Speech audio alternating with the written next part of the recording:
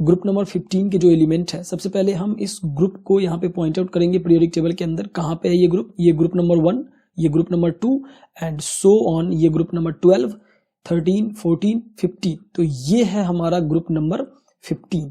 तो इसके एलिमेंट की यहाँ पे properties, chemical properties, physical properties, इसके अकरेंस और बहुत सारी बातों को हम ग्रुप 15 में पढ़ते हैं। तो बेसिक रूप से 12th की केमिस्ट्री में हम 15, 16, 17 और 18th ग्रुप को पढ़ते हैं। बड़ी डिटेल में हम इन सारे ग्रुप को पढ़ने वाले हैं। तो सबसे पहला चीज जो ग्रुप नंबर 15 की जो बात है, उसमें सबसे पहले चीज जो हमें आना चाहिए वो ये आना चाहिए कि इसमें कौन कौन से एलिमेंट हैं, हमें उनका नाम याद होना चाहिए। ठीक है, तो देखो यार, इसमें nitrogen, phosphorus, arsenic, antimony and bismuth, तुम देख सकते हो nitrogen, phosphorus, arsenic, antimony, bismuth. तो ये तो ठीक है, हमें याद कैसे करें इसको याद रखने का मैं एक ट्रिक बताता हूं। देखो, नाना, पार्टिगर, एसोरिया, सब, भिखारी, इसको लिख लो तुम। मैं फिर से रिपीट करता हूं, नाना, पार्टिगर, एसोरिया, सब, भिखारी, ऐसे हम इसको याद रख सकते हैं। फाइन। अब देखो यहाँ पे अच्छी बात क्या है इस वाले ग्रुप के बारे में, वेरिएशन तुम देख सकते हो। जो ऊपर के दो लोग हैं, जो नाइट्रोजन है तुम्हारा और जो फास्फोरस है, ये नॉन मेटल है। जो तुम्हारा आर्सेनिक है और एंटीमनी है, ये मेटेलॉइड है, और जो बिस्मथ है वो हमारा मेटल है। तो एक ये ऐसा ग्रुप है जिसमें कि तीनों टाइप के एलिमेंट्स प्रेजेंट है। जो तुम्हारा नॉन मेटल भी प्रेजेंट है, मेटेलॉइड भी प्रेजेंट है और मेटल भी प्रेजेंट है। तो इसका जो नेचर होगा, केमिकल बिहेवियर होगा, वो कुछ ज़्यादा ही वेरिएशन हमें देखने को मिलेगा इसके केमिकल बिहेवियर में। हम ओवर द टाइम इसके बारे में लर्न करेंगे। नाउ अगर हम बात करें इस पे क्या क्वेश्चन पूछा जा सकता है, तो ये पूछा जा सकता है कि नाइट्रोजन फैमिली में और नाइट्रोजन ग्रुप में, हम इसको नाइट्रोजन फैमिली भी बोलते हैं कई बार, या ग्रुप नंबर 15 भी बोला जाता है, इसमें जो तुम्हारा एलिमेंट्स हैं वो किस किस तरीके के एलिमेंट यहाँ पे प्रेजेंट है।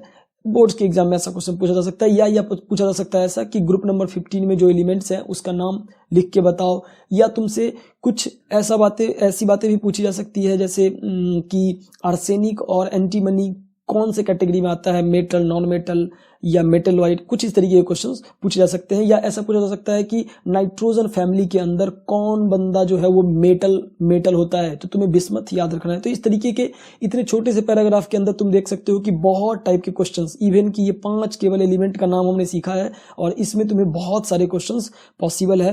Even in JEE, even in NEET and boards में तो पूछे जाएंगे। तो मोर और लेस हमें इसका नॉलेज होना बहुत जरूरी है कि कौन नॉन मेटल है, कौन मेटेलॉइड है एंड कौन मेटल है। नाउ हम अकरेंस के बारे में पढ़ते हैं कि कौन लोग, इसमें से कौन कौन लोग कहाँ कहाँ पाए जाते हैं। तो देखो यार, जो मॉलिक्यूलर नाइट्रोजन होता है, मॉलिक्यूलर नाइट्रोजन कहने का मतलब है N2 से, जो N2 है, जो गैस है, वो 78% बाई वॉल्यूम। अब देखो यार, हम जानते हैं, सब लोग बहुत बचपन से जानते रहते हैं कि 78% बाई वॉल्यूम जो एटमॉस्फेयर का है वो नाइट्रोजन है, मॉलिक्यूलर नाइट्रोजन है। लेकिन इसका मतलब हम समझते हैं, इसका क्या मतलब है? 78% बाई वॉल्यूम का क्या मतलब है? नहीं, इसका मतलब होता है कि अगर तुम 100 ml एयर ले लेते हो, अगर तुम 100 ml एयर को कैप्चर कर लेते हो अपने आसपास, अपने सराउंडिंग से, तो उसमें 78 ml क्या होगा? नाइट्रोजन गैस होगा। ऐसा क्या मतलब? अगर तुम जो सांस ले रहे हो उसमें नाइट्रोजन भी अंदर जा रहा है। हाँ, नाइट्रोजन, बहुत सारा नाइट्रोजन अंदर जा रहा है। नेक्स्ट लाइन में क्या लिखा गया है? इन अर्थ क्रस्ट। अब हम एक और बात जानते हैं। देखो यार, एक बात, अगर तुम बायोलॉजी थोड़ा बहुत जानते हो तो तुम ये सुने होगे, there is something called nitrogen fixation. Rhizobium एक माइक्रो ऑर्गेनिज्म होता है जो कि नाइट्रोजन फिक्सेशन में, लिग्यूमिनस प्लांट के रूट में वो नाइट्रोजन फिक्सेशन करता है। ठीक है, तो नाइट्रोजन फिक्सेशन के दौरान भी बहुत सारा नाइट्रोजन जो है वो हमारे धरती में, हमारे क्रस्ट में, अर्थ के क्रस्ट में चला जाता है। तो वहां पे हम देख सकते हैं अर्थ के क्रस्ट में उस तरीके से नाइट्रोजन फिक्सेशन होता है अर्थ में। तो अर्थ में भी बहुत सारा नाइट्रोजन प्रेजेंट है। दूसरी बात कि जो अर्थ में, एक तो ये था फॉर्म, दूसरे फॉर्मेट में जो प्रेजेंट है वो है सोडियम नाइट्रेट। अगेन मैं ये बोलूंगा, तुम्हें रटना है ये चीज यार। सोडियम नाइट्रेट को हम चिली सॉल्ट पीटर भी बोलते हैं, ये क्वेश्चन पूछा गया है। ठीक है, दो चीजें यहाँ पे घोर रट लगा लेनी है, काफी इंपॉर्टेंट है। सबसे इंपॉर्टेंट बात होगी आज के लेक्चर की, इस लेक्चर की, वो ये कि चिली सॉल्ट पीटर NaNO3 होता है और इंडियन सॉल्ट पीटर KNO3 होता है। इंडियन सॉल्ट पीटर क्या होता है? KNO3। Potassium nitrate is Indian saltpetre and sodium nitrate is Chile saltpetre. ये दो बातें बहुत इंपॉर्टेंट है, तुम्हें समझ लेनी है, याद कर लेनी है, कई बार एग्जाम में पूछे गए हैं। कैसे पूछा जा सकता है? या तो डायरेक्टली तुम्हें फार्मूला पूछ लेंगे, what is the formula of Indian saltpetre, या तुम्हें नाम पूछ लेंगे कि पोटेशियम नाइट्रेट को और हम क्या बोलते हैं, कॉमन नेम क्या है, इंडियन सॉल्टपीटर। फाइन।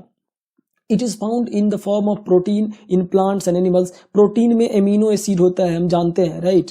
प्रोटीन जो है वो एमिनो एसिड से बना हुआ है, जो कि हमारे अंदर भी होता है, प्लांट्स में भी होता है। तो प्लांट्स एंड एनिमल्स के अंदर जो प्रोटीन है वो भी नाइट्रोजन ही कंटेन करता है, नाइट्रोजन से ही बना होता है, राइट। तो ये थी कहानी नाइट्रोजन की। नाइट्रोजन कहाँ प्रेजेंट है, कितना प्रेजेंट है, और इससे क्या इंपॉर्टेंट क्वेश्चन पूछा जा सकता है। तो ये वाली दो बात याद रखना यार, NaNO3 एंड KNO3 बहुत इंपॉर्टेंट है, Chile saltpetre and Indian saltpetre. Fine. अगला बात है फॉस्फोरस कहाँ अकर करता है। तो बेसिक रूप से अगर तुम देखोगे नेचर में तो फॉस्फोरस रॉक में ज्यादातर पाया जाता है और कुछ मिनरल के फॉर्मेट में पाया जाता है रॉक के अंदर। तो तुम देख सकते हो एपेटाइट फैमिली। एपेटाइट फैमिली क्या होता है? ये जो बंदा लिखा गया है इसको हम एपेटाइट फैमिली बोलते हैं, यहां से यहां तक के एपेटाइट फैमिली बोलते हैं। Ca9PO4 whole 6। अब यहाँ पे तुम देख सकते हो ये जो तुम्हारा फॉस्फोरस, ये रहा तुम्हारा फॉस्फोरस, ये जो P है वो तुम्हारा फॉस्फोरस है। Dot CaX2, X can be fluorine, chlorine and OH। तो जैसे कि अगर तुम X को फ्लोरीन कर देते हो तो इसका नाम हो जाता है फ्लोरोएपेटाइट, अगर क्लोरीन कर दोगे तो क्लोरोएपेटाइट, लाइक दैट, राइट। तो ये एपेटाइट फैमिली जो है उसके फॉर्मेट में बेसिक रूप से फॉस्फोरस पाया जाता है। कहाँ पे? मिनरल के फॉर्मेट में। तुम देख सकते हो यहाँ पे रॉक्स के फॉर्मेट में भी हमारा मिलता है, रॉक्स में ही मिलता है मिनरल्स, ठीक है। तो फॉस्फोरस बेसिक रूप से जो है वो रॉक्स में, और हम ऐसा बोल सकते हैं कि हमारा जो बोन है उसमें भी फॉस्फोरस है, हमारा जो टिथ है उसमें भी फॉस्फोरस है, लिविंग सेल्स जो होता है उसमें भी फॉस्फोरस प्रेजेंट होता है, मिल्क में प्रेजेंट होता है, एग्स में प्रेजेंट होता है। तुम्हें बोर्ड्स के एग्जाम में पूछा जा सकता है कि फॉस्फोरस का क्या क्या सोर्स है, तो तुम्हें क्या क्या सोर्स याद रखना है। एक तो apatite family, right, apatite family, एक तो हमें ये लिख लेना है एपेटाइट फैमिली। दूसरा हमें रॉक के अंदर पाया जाता है मिनरल्स के फॉर्म में। तीसरा हमारे एग्स के अंदर पाया जाता है, राइट। चौथा हमारे टीथ के अंदर पाया जाता है, और क्या, हमारे बोन्स के अंदर पाया जाता है, ठीक है। तो ये सब जो है वो फॉस्फोरस के मेन सोर्स है। अब हम बात करते हैं, अगर हम लास्ट के 3 लोगों की बात करें फॉस्फोरस के अलावा, जो आर्सेनिक, एंटीमनी और बिस्मथ की बात करें, तो बेसिक रूप से ये लोग नेचर में मिनरल के फॉर्मेट में मिलता है, और वो भी सल्फाइड के मिनरल, ठीक है। ये भी इंपॉर्टेंट बात है यार, ये जो लास्ट लाइन है ये भी एक इंपॉर्टेंट बात है कि कई बार एक ऑप्शन के अंदर तुम्हें ऐसा बोल सकते हैं कि आर्सेनिक, एंटीमनी और bismuth are found mainly as sulphide mineral, true और फॉल्स में ऐसा पूछा जा सकता है। या मल्टीपल आंसर क्वेश्चन में तुम्हें ऐसे पूछ सकते हैं कि which one of the following is true, और ए ऑप्शन में तुम्हें इस तरीके से दिया रहेगा arsenic, antimony and bismuth are mainly found in, mainly ध्यान रखना है, ऐसा नहीं है कि हमेशा यही पाया जाता है, बेसिक रूप से मेन रूप से इसी में मिलता है। तो मेनली फाउंड इन सल्फाइड मिनरल्स, इस तरीके का क्वेश्चन पूछा सकता है। इसमें से कौन कौन से ट्रू है, हमें ट्रू में टिक करना होगा। तो ऐसा क्वेश्चन यहाँ से पॉसिबल है। तो तुमने देखा कि किस तरीके से अकरेंस वाले पार्ट से क्या क्या क्वेश्चन पूछा जा सकता है और क्या क्या क्वेश्चन इंपॉर्टेंट है। तो मैं चाहूंगा कि जो भी क्वेश्चंस मैंने बोला है अभी, उन सब क्वेश्चन को तुम यहाँ पे लिख लो। मे बी यहाँ पे तुम लिख सकते हो एनसीईआरटी के बगल में, या तुम कोई नोट्स में इस बातों को लिख सकते हो कि इस वाले पार्ट से, इस वाले पैराग्राफ से क्या क्या क्वेश्चन पूछा जा सकता है। जो क्वेश्चन मैंने बताया है, खासकर अगर मैं एक बार रिकैप कर दूं तो सबसे पहले Chile saltpetre, Indian saltpetre 78% by volume क्या होता है, और ये 2 इंपॉर्टेंट क्वेश्चन यहां से हुआ। उसके बाद अगर तुम बोलोगे एपेटाइट फैमिली का फॉर्मूला पूछा जा सकता है, तो एपेटाइट फैमिली के बारे में, रॉक फॉस्फोरस का सोर्स क्या क्या है इसके बारे में पूछा जा सकता है बोर्ड्स के अंदर।